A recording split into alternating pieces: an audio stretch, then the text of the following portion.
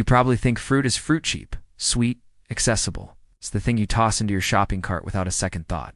Bananas? 50 cents? Apples? Maybe a couple bucks for a bag? Even something exotic like mango or kiwi rarely breaks the bank. But what if I told you that in some corners of the world a single melon is worth more than a motorcycle? Or a bunch of grapes can cost you the same as your rent for the entire year? This isn't fiction. Welcome to the outrageous, unbelievable, and borderline absurd world of luxury fruitware.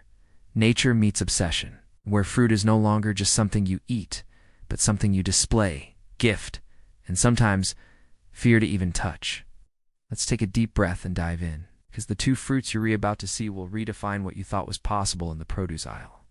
Hash 10, Yubari King melon, Japan tilde, $30,000 per pair. First up is not just a melon, it's the melon. Grown exclusively in the volcanic soil of Yubari, a small town in Hokkaido, Japan. The Yubari King melon is considered the crown jewel of Japanese agriculture. But this isn't about flavor alone. It's about obsession, perfection, prestige. To grow a Yubari King, you don't just plant a seed and hope for the best. Each vine is allowed to bear only one fruit. Why? So that all the nutrients, all the sunlight, all the love goes into that one singular melon. Farmers shade the fruit with little hats to prevent sun damage. They massage them. Yes, massage them gently, daily. They monitor humidity, temperature, and sugar levels like a lab experiment. And when harvest time comes, every melon is graded not just on taste, but symmetry, netting patterns on the skin, stem curvature, and overall beauty. In Japan, where the art of giving gifts is elevated to a cultural tradition, fruit isn't just food, it's a symbol of respect and refinement. A top-tier Yubari King melon is often given as a gift to VIPs, CEOs, or even political leaders. It's the floral bouquet of the ultra-elite. But here's where it gets truly jaw-dropping. In 2019, a pair of Yubari Kings sold at auction for 5 million yen, that's over $45,000 USD, just for 2 melons. That's the price of a luxury car, gone in a few bites. Even outside of auction, these melons regularly go for $200 to $500 each. And the top-tier pairs often sit behind glass like diamonds in a jewelry store. What does it taste like? According to those lucky and wealthy enough to try it, it's intensely sweet, juicy, and melts in your mouth like fruit sorbet. Some even say it tastes like melon on steroids, a flavor so concentrated and rich, it makes regular cantaloupe taste like cardboard. But let's be honest, nobody's spending $30,000 for taste alone. It's the exclusivity, the ritual, and the sheer flex of it all. You're not just buying a melon. You're buying the story that comes with it. Number 9, Ruby Roman grapes, Japan tilde, $11,000 per bunch. Let's stay in Japan for a moment, because when it comes to high-end fruit, no country takes it more seriously. Meet the Ruby Roman grapes, arguably the most luxurious grapes ever grown, and yes, just a bunch of these grapes. Once sold for over $11,000 USD, developed over a 14-year period by researchers in Ishikawa Prefecture. Ruby Roman grapes are not your average table snack. Every single grape must meet strict criteria to even earn the Ruby Roman label. They must weigh at least 20 grams each, have at least 18% sugar content, and be nearly flawless in color and shape, plump, perfectly round, and glowing with a deep red hue like rubies. Even the smallest imperfection means disqualification. Now here's the crazy part. Only a few bunches each year qualify as premium, which is the highest grade possible. These grapes are then presented at luxury fruit stores or sometimes at auction. What makes them worth that kind of money? First, the presentation. They're often wrapped like fine jewelry in velvet boxes, individually cradled to avoid bruising. Second, the taste. Descriptions often include words like intense, floral, bursting with juice, and sweeter than candy, but without the artificial feel. They're said to be crisp and balanced without the acidity of regular grapes. Eating one is more of an experience than a snack. But perhaps the most important reason people buy these grapes isn't flavor, it's clout. In Japan, the fruit auction season is highly publicized. Business owners, especially in hospitality, bid on these fruits not to eat them, but to generate headlines. A sushi restaurant owner once purchased a premium bunch simply so that newspapers would talk about his restaurant. It worked. He got national coverage. And suddenly everyone wanted to eat at the place that served the $11,000 grapes. And just like that, fruit becomes branding, becomes identity, becomes marketing. For some, it's an indulgence. For others, a power move. In fact, ruby romans have become such a strong symbol of success and luxury that wealthy tourists sometimes buy them just to post the receipt online. It's the edible version of driving a Ferrari. And don't think the growers are taking shortcuts. On the contrary, the production process is incredibly meticulous. Every vineyard worker is trained to handle the grapes like they're made of glass. They measure sunlight exposure, apply organic fertilizers, prune precisely, and pick at the perfect moment. Some even say they talk to the grapes. Not sure if it helps, but hey, at $11,000, talk to them all you want.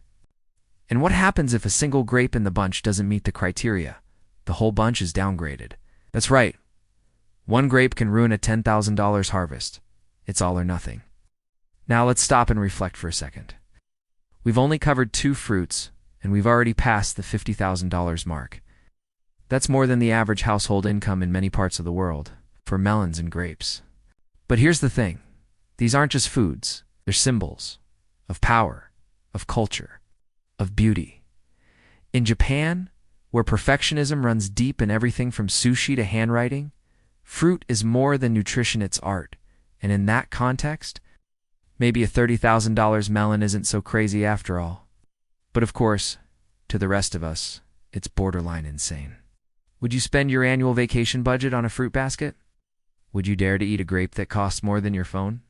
Some say it's all a marketing trick, that the fruit isn't that different from regular ones.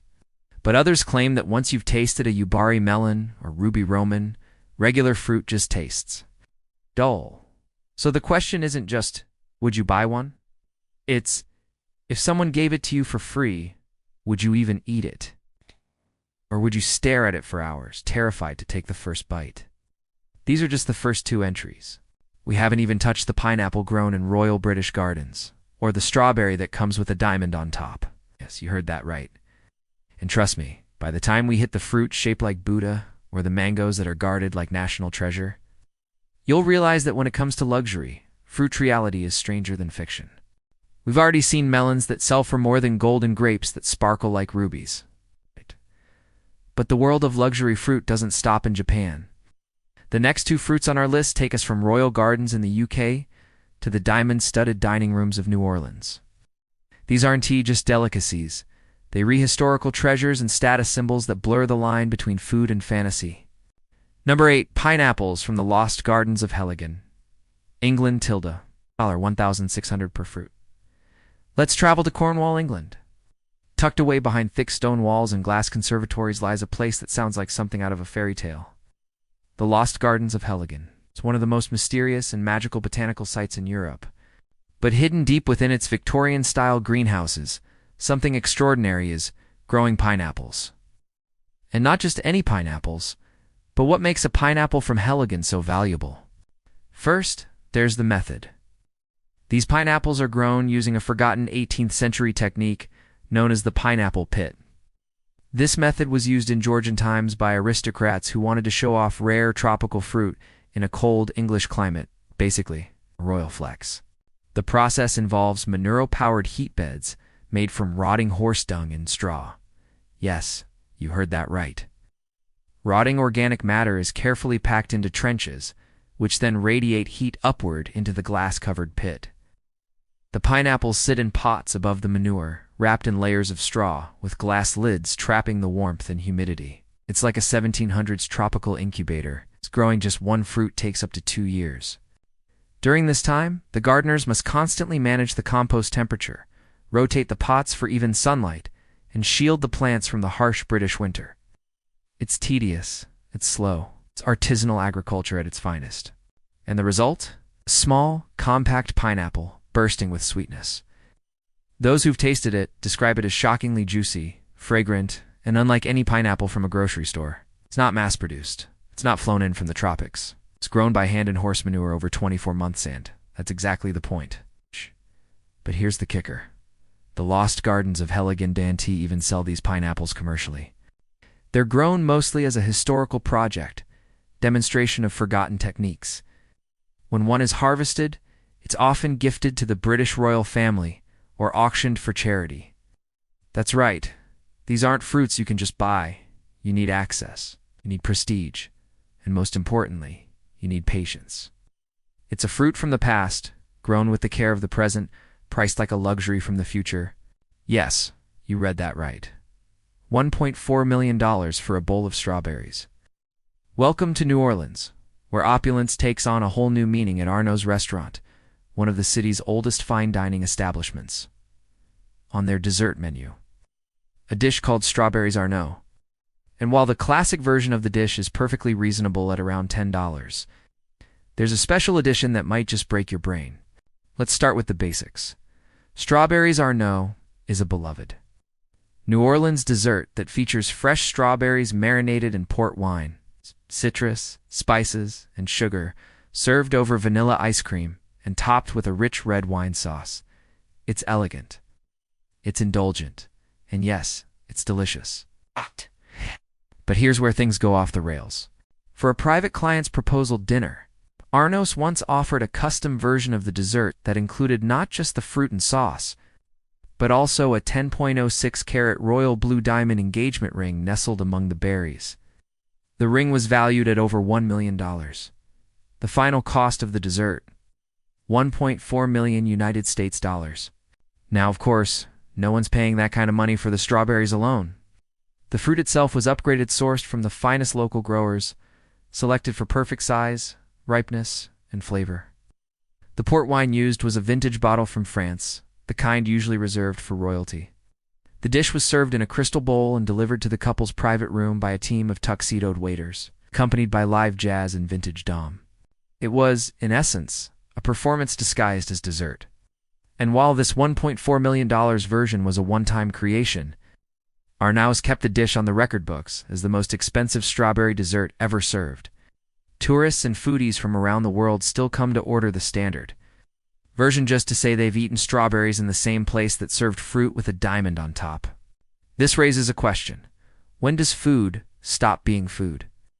In the case of Strawberries Arnaud, the answer is right about the time you need security guards to escort it to the table. What makes it even more fascinating is how this dessert became a legend. News outlets picked it up. Luxury blogs went crazy. Food historians documented it. Suddenly, a humble berry became part of global food folklore, not for what it tasted like, but for what it symbolized, the merging of love, wealth, and decadence into a single mouthful. And even though most of us will never even see that diamond, let alone eat around it, the legend lives on. It's become the fruit equivalent of the Mona Lisa, possibly priced, rarely experienced, but universally talked about. When you step back and think about it, these two fruits couldn't be more different. One is grown in compost and given to royals as a tribute to forgotten gardening methods. The other is marinated in wine and served with a gemstone at a fine dining institution in Louisiana. But both reveal something fascinating about us as humans. We love to elevate the ordinary into the extraordinary, especially when we can put a price tag on it. In the lost gardens of Helligan, gardeners obsess over compost ratios and sunlight angles to coax a pineapple into life over the course of 2 years. In New Orleans, chefs and jewelers team up to turn dessert into a $1 million memory. Neither of these experiences are really about the fruit itself. They're about storytelling, identity, exclusivity. And ironically, that's what makes them so compelling. Because deep down, we're not just paying for tastes, we're paying for the feeling that comes with it. The feeling of being special, of being part of something rare, of consuming history, luxury, and legend in one bite. So the next time you look at that carton of strawberries, or that pineapple at your local grocery store, remember there's a parallel universe out there, where those same fruits are being pampered like royalty and sold for fortunes, and we're only 4 fruits in. After pineapples grown in royal compost and strawberries topped with a $1 million diamond, you might think we've reached peak absurdity. But no luxury fruit still has more surprises. The next 2 fruits take us from Southeast Asia to South America, featuring mystery, scarcity, and in one case, 24 surveillance. These aren't just fruits. These are edible treasures so rare that people are willing to break the lore-hire bodyguards just to get them. Number 6. Taiyo no Tamago mangoes, Japan tilde. $3,000 per pair. We return to Japan, where perfection is a national obsession, and fruit is often elevated to divine status. This time we're talking about mangoes, but not just any mangoes. These are Taiyo no Tamago, or eggs of the sun. The name alone sounds poetic, doesn't it? But the price is even more dramatic, up to $3,000 for a pair. These mangoes are grown in Miyazaki Prefecture on the southern island of Kyushu, where the warm climate and intense sunshine create ideal growing conditions. But as with all Japanese luxury fruits, it's not just about climate, it's about control. To qualify as a true Taiyo no Tamago mango, the fruit must weigh at least 350 grams, have a sugar content of over 15%, and exhibit perfect red skin, covering more than 50% of its surface. That level of uniformity doesn't happen by accident. Each mango is individually wrapped in a net and suspended from the tree, allowing sunlight to hit all sides evenly and preventing bruises from gravity. It's literally hanging in the air like a golden gem, soaking up the sun and swaying gently in the breeze. The farmers monitor growth daily. Some even play classical music near the groves, believing that the vibrations help stimulate natural sugars. Whether that part's true or not, the outcome is undeniable. A mango so sweet, so fragrant, so melt-in-your-mouth rich. It makes every other mango feel like fast food. In 2017, a pair of these mangoes was sold at auction for 500,000 yen. It's about $4,500. They were packed in a velvet-lined gift box and immediately displayed like museum artifacts. But the Taiyo no Tamago isn't just for show. High-end restaurants sometimes use them in omakase dessert courses, shaving slivers of the mango into handmade mochi, cafes, or even sashimi-style slices served with edible gold leaf. They're also a popular gift among the Japanese elite during Ochegon, the summer gift-giving season, where the price of the fruit reflects how much you value the recipient. Giving someone Taiyo no Tamago means one thing: I spared no expense to honor you. It's not a snack, it's a gesture, a status symbol, a love letter written in mango. Number 5. Jadeite melon, Taiwan. $10,000 per melon. Now let's fly to Taiwan, home of another ultra-rare fruit that's turning heads on the international luxury scene, the jadeite melon. At first glance, the jadeite melon doesn't seem that different from other premium melons. It's round, smooth, and slightly smaller than your average cantaloupe. But once you cut it open, everything changes. The flesh inside is a luminous pale green, almost glowing, and the aroma, intoxicating. It smells like honey, jasmine, and sugarcane all wrapped into one. But here's what sets it apart. The entire production is tightly limited and closely guarded. Only a few farms in central Taiwan are licensed to grow it. These farms are run by master horticulturists who treat melon cultivation like an art form passed down through generations. Every melon is hand-pollinated, nurtured under netted greenhouses, and constantly evaluated for color, sugar content, and texture. Like the Yubari King, each vine grows only one fruit. But the jadeite melon takes things a step further. Because of their high value and demand among Taiwan's wealthy elite, some of these melons are grown under 24-hour security surveillance. That's right, armed guards, security cameras, motion sensors. All 4 melons. Why? Because agricultural theft is real, and with single fruits selling for up to $10,000, the temptation is too great. In fact, there have been documented cases of melons being stolen in the dead of night and resold on the black market for a fraction of their price, still enough to make a thief rich. The taste lives up to the hype. Food critics who've tried it describe it as velvet on the tongue. The texture is so smooth it almost slides down without chewing. The sweetness is deep, layered, and lingers like a perfume. It doesn't just refresh you, it makes you pause, close your eyes, and rethink what fruit can be. But like all things rare and exquisite, availability is a problem. Jadeite melons are harvested in extremely limited quantities, sometimes fewer than 100 per season. Most are sold to private collectors, luxury hotels, or gifted between business tycoons as symbols of gratitude or alliance. And yes, they come in custom packaging.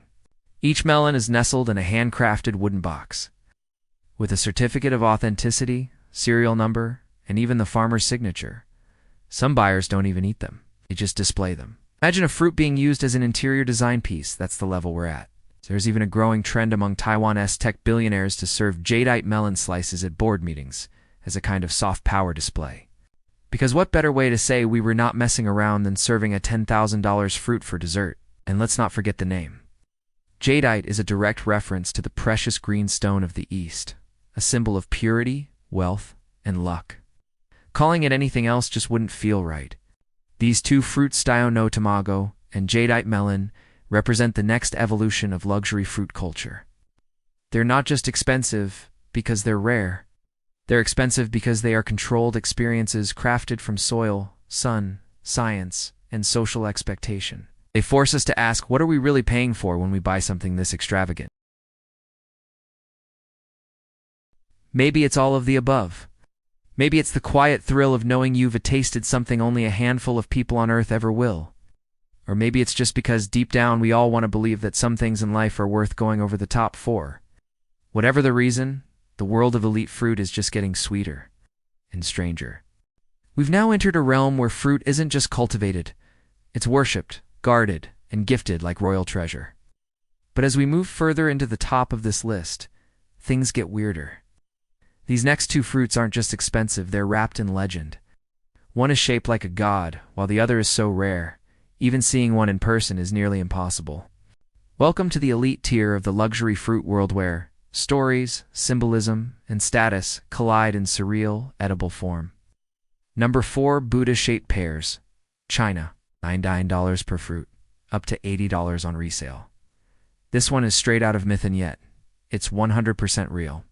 Imagine biting into a pear shaped exactly like the Buddha himself, complete with closed eyes, a serene smile, and folded hands. That's the experience promised by the Buddha-shaped pear. It's a novelty-turned-luxury that originated in China but quickly captured global attention. It's created by a Chinese farmer named Hao Shanzang in the Hebei province. These pears didn't come from some sacred tree or ancient Buddhist ritual. Instead, Hao developed a clear plastic mold that encases the young fruit while it's still growing on the tree. Over time, as the fruit matures, it fills the mold's contours and adopts the shape of a sitting Buddha complete with flowing robes, and that unmistakable meditative pose. At first, people laughed. The idea sounded gimmicky. But then the pears went viral. Pictures spread across Chinese social media. Western blogs picked it up. And before long, high-end fruit shops in Beijing and Shanghai began stocking them as luxury gifts during festivals.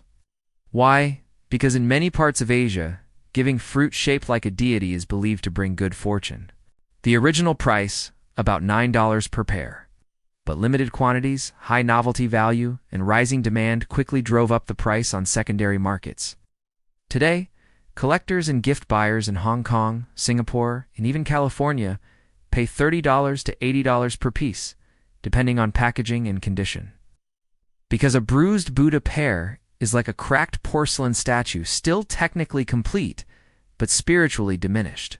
And they're not just conversation starters, as people actually eat them. The flesh is crisp, mildly sweet, and refreshingly juicy, similar to standard Asian pears. But no one buys these for taste. They buy them for symbolism, spectacle, and superstition. Some consumers freeze-dry them to preserve the shape indefinitely. Others offer them on family altars during Lunar New Year. One businessman in Shanghai reportedly bought 50 pears to give to clients with a handwritten note. May fortune smile upon your business, as the Buddha smiles upon this fruit. Of course, critics say it's just a gimmick. And in a way, it is. But when you think about how humans have always turned fruit into icons, think of apple in Genesis, or the pomegranate in Greek. Mythology may be a pear in the image of Buddha ice and tea that far-fetched after all. It's edible art, sacred snack, a miracle molded in sugar and skin. Number 3, mangosteen global black markets tilde. It's $100 per kilograms in rare locations. At first glance, the mangosteen doesn't look like much. It's small, round, with a tough dark purple rind and a leafy stem on top. Cut it open, and you'll find soft white segments that resemble garlic butt with a flavor that's completely otherworldly. Sweet, tangy, floral, creamy. Some say it tastes like peach sorbet, mixed with lychee and vanilla. Others call it the queen of all fruits. But what makes mangosteen worthy of a spot this high on our list? ISNT, just flavor it. S, the story of prohibition, scarcity, and mystery that surrounds it. For decades, mangosteen was banned in the United States due to fears it could carry the Asian fruit fly, a pest that threatened domestic crops. Unless the fruit underwent a specialized and flavor-damaging irradiation process, it wasn't allowed in.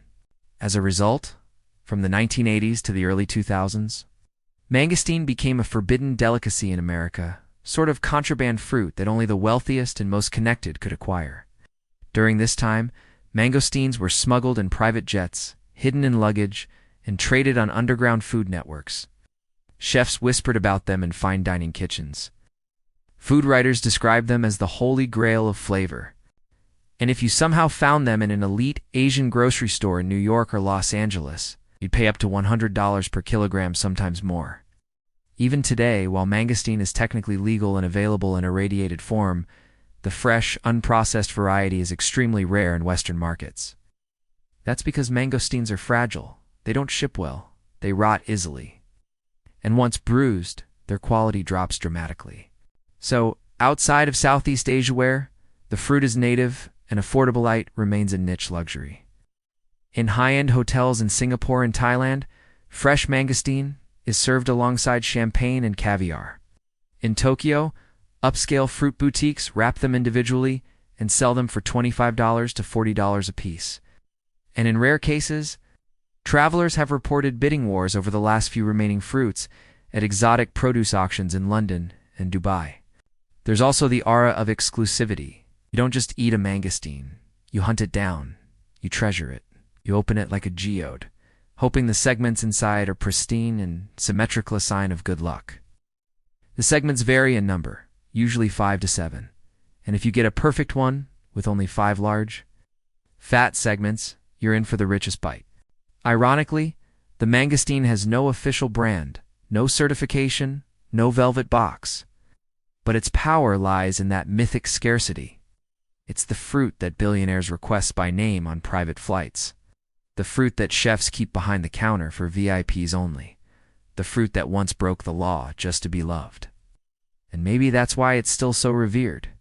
Because in a world of shiny packages and artificial exclusivity, the mangosteen is pure, raw, mysterious.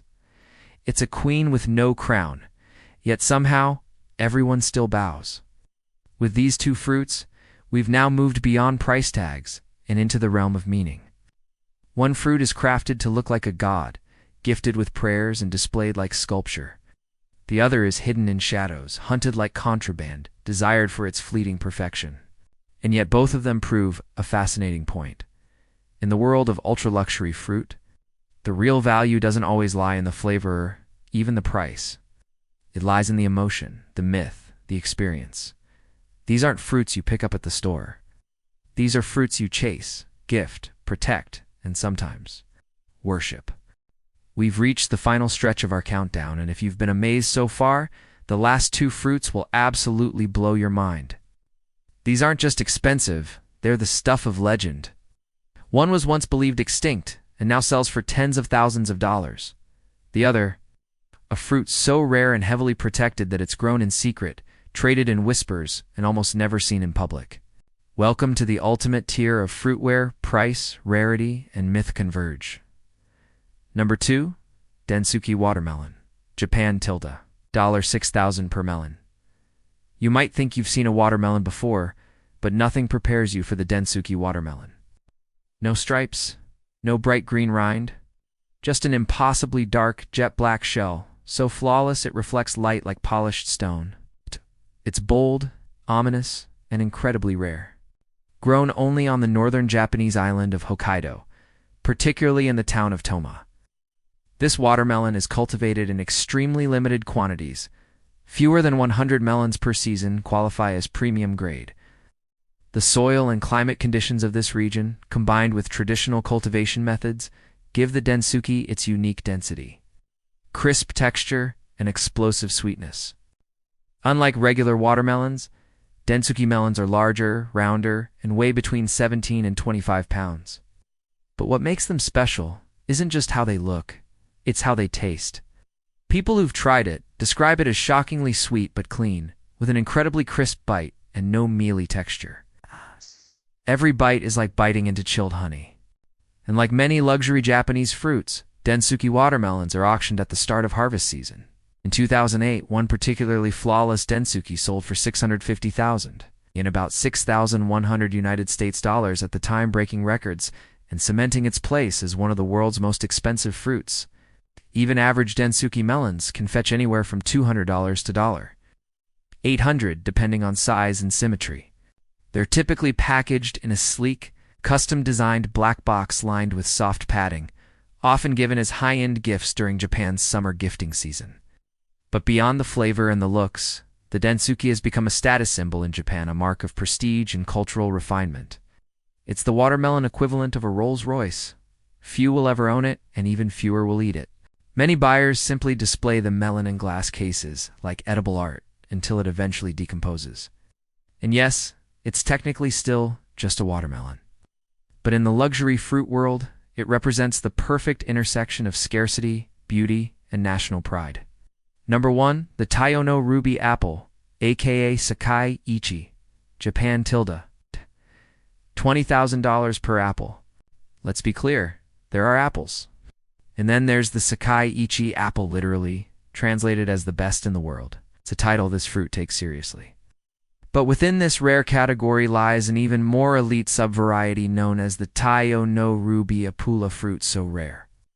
It makes all the previous entries look modest. Grown in Aomori Prefecture, Japan's apple capital. The Sakai Ichi variety was developed through hand pollination and years of refinement. These apples are enormous, often weighing over 2 pounds each and perfectly round. The skin is glossy, vibrant red, with subtle gold flecks, and the interior is crisp, juicy, and explosively sweet. But the Taiyo no Ruby variant is even more specialized. These apples are cultivated using techniques that border on obsession. Growers hand-select each blossom. Every apple is rotated by hand daily to ensure even sunlight exposure. Some are wrapped in individual bags to protect the skin, then unwrapped later to sun-finish their color.